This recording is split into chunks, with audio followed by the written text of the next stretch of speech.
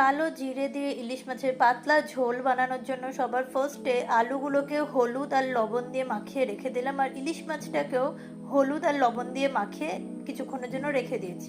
তারপর গরম তেলের মধ্যে ইলিশ মাছটাকে জাস্ট 2 মিনিটের জন্য এরকম ভেজে নিতে হবে।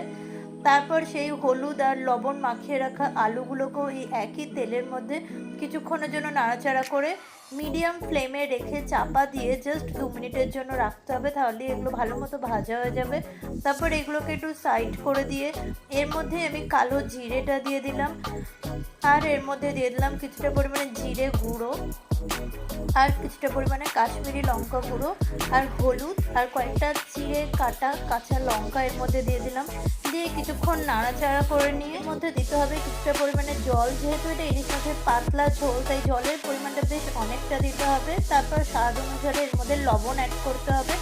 তারপর এটাকে নাড়িয়ে চাড়িয়ে নিয়ে মিডিয়াম ফ্লেমে দিয়ে চাপা দিয়ে 4 মিনিটের জন্য এটাকে ফোটাতে দিতে হবে। মিডিয়াম ফ্লেমে 4 মিনিট ধরে এটাকে ফোটানোর পর ঢাকাটা খুলে দিয়ে দেখে নিতে হবে আলুগুলো সফট হয়েছে কিনা। তো আলুগুলো যদি সফট হয়ে যায় তারপর এতে ভেজে রাখা ইলিশ মাছগুলো এর মধ্যে অ্যাড করে দিতে হবে।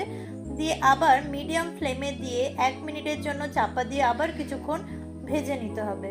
ব্যাস, তারপর 1 মিনিট পর ঢাকাটা খুলে দিলে কালো জিরে দিয়ে ইলিশ মাছের পাতলা ঝোল কিন্তু একদম রেডি। এটা খেতে কিন্তু খুবই সুস্বাদু হয়, তোমরা অবশ্যই এটা ট্রাই করো। দেখা হচ্ছে নেক্সট ভিডিওতে, সবাই খুব ভালো থেকো, টাটা।